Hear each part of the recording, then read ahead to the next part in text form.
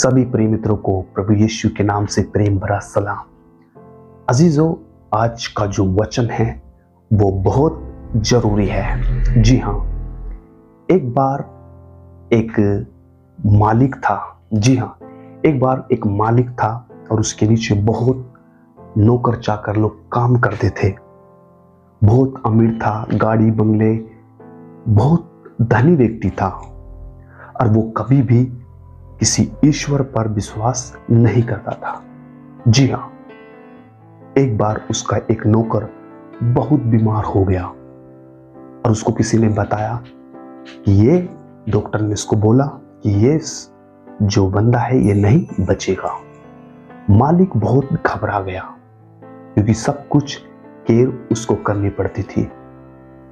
अब इस मालिक को किसी ने बताया कि उधर भवन में जाओ और वहां पर तुम्हें इसके लिए इलाज मिलेगा। और आपको बताता हूं, उस बंदे को उस जगह जाने पर जरूर उसकी सुनी गई और उसका सेवक यानी उसका नौकर तुरंत चंगा हो गया। जी हाँ मेरे अजीजों, इस कहानी को बताने का मेरा मकसद ये है, ऐसे ही हमें मत्ती रचित समाचार 8 अध्याय उसकी 5वीं आयत में हमको देखने को मिलता है कि वहां पर भी एक सूबेदार सरदार यीशु मसीह के पास आया।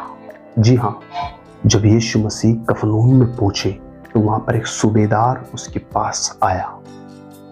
आज जो मेरा विषय है वो बहुत गंभीर है, बहुत जरूरी है हमारे जीवन के लिए। आज जो मेरा विषय है वो परमेश्वर के वचन का सामर्थ। जी हाँ, परमेश्वर के वचन की सामर्थ और विश्वास। यहां पर सूबेदार यीशु मसीह के पास आता है।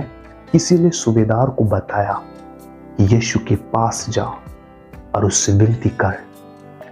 तो मेरे अजीजों, यहां पर जब सूबेदार आता है यीशु के पास और उससे बोलता है कि स्वामी, मैं इस योग्य नहीं हूं कि तुम मेरे घर के नीचे आए, अर्थात मेरे घर में आए और मेरे सेवक को चंगा करे। सिर्फ आप अपने मुंह से बोल दो और मेरा सेवक जो है चंगा हो जाएगा।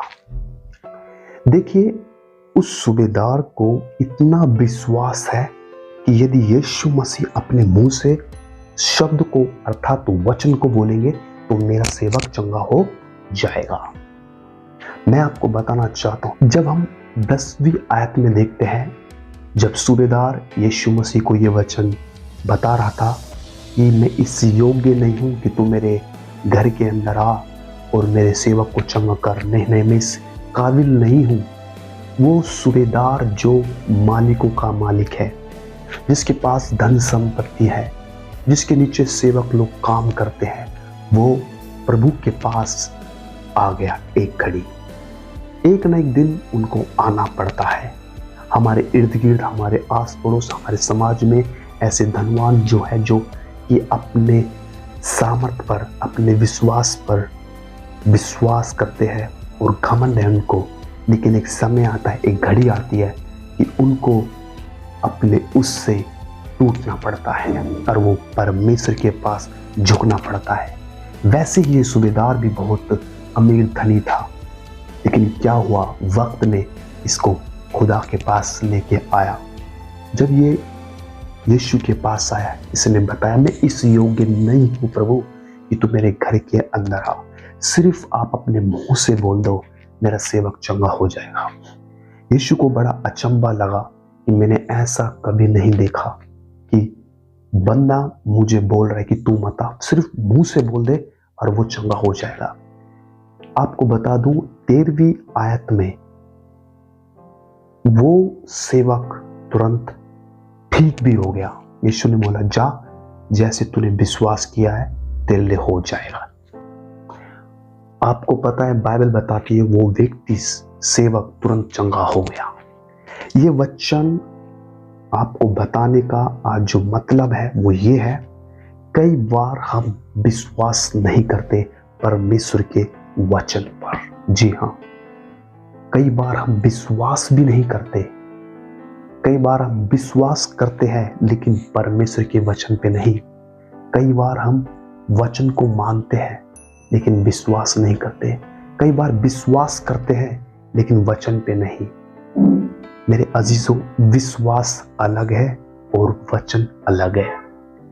हम विश्वास करते हैं डॉक्टरों की बातों पर, हम विश्वास करते हैं अन्य लोगों पर, हम विश्वास करते हैं बड़े लोगों के ऊपर, लेकिन हम परमेश्वर पे कभी विश्वास नहीं करते।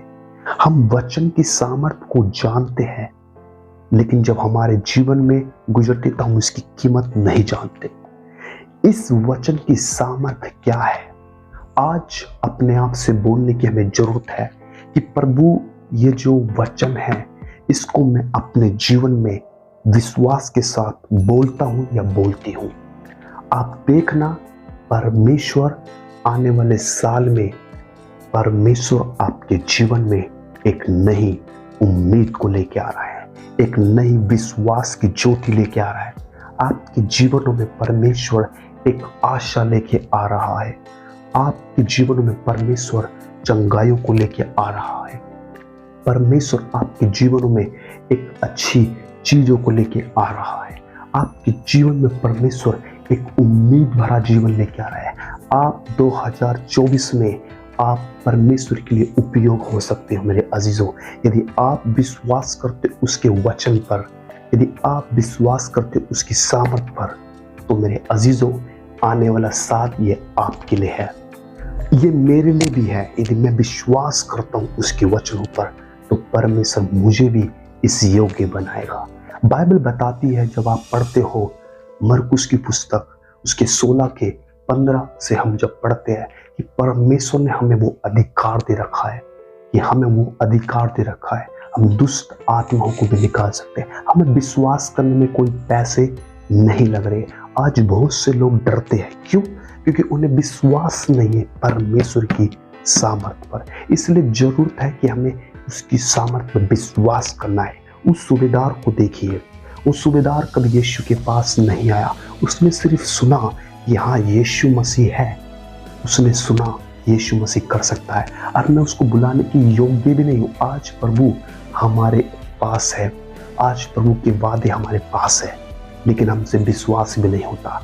लेकिन हमें ये विश्वास है कि डॉक्टर ने बोल दिया कि तुम अगले साल मर जाओगे, अगले 2 महीने में तुम मर जाओगे। हमें डॉक्टरों पे विश्वास है, अन्य लोगों पे विश्वास है, लेकिन जब बात खुदा की आती है तो हम विश्वास नहीं करते। जी मेरे अजीजों, इसलिए होने पाए ये साल हमारे जीवन में 2024 हमारे जीवन में एक नई सामर्थ्य के साथ हमारे जीवन में आए। प्रभु से बोले, प्रभु मेरे जीवन में एक नया मन उत्पन्न कर, प्रभु मेरे जीवन को एक नया रिफ्रेश कर दे, प्रभु मेरे जीवन को 2024 में एक नया बना दे प्रभु, कि मैं फिर से एक ताजा बन जाऊं आपके लिए। जी हाँ, आप अपनी आशीषों को मांगे, विश्वास के साथ अपनी आशीष को मांगे, विश्वास के साथ वो कदम रखे अपने कारोबार में, विश्वास के साथ एक अच्छी जॉब मांगे, परमेश्वर के वचन के साथ विश्वास से मांगे अपने जीवनों में। प्रभु से विश्वास से मांगे, प्रभु मुझे एक नया घर चाहिए 2024 में। विश्वास से मांगे प्रभु, यस विश्वास करने पाए। प्रभु से बोले, प्रभु आने वाले साल में पूरी तरीके से चंगा होना चाहती हूँ या चाहता हूँ। बोले, प्रभु मैं रोग में नहीं एक लेकिन चंगी होना चाहती हूँ।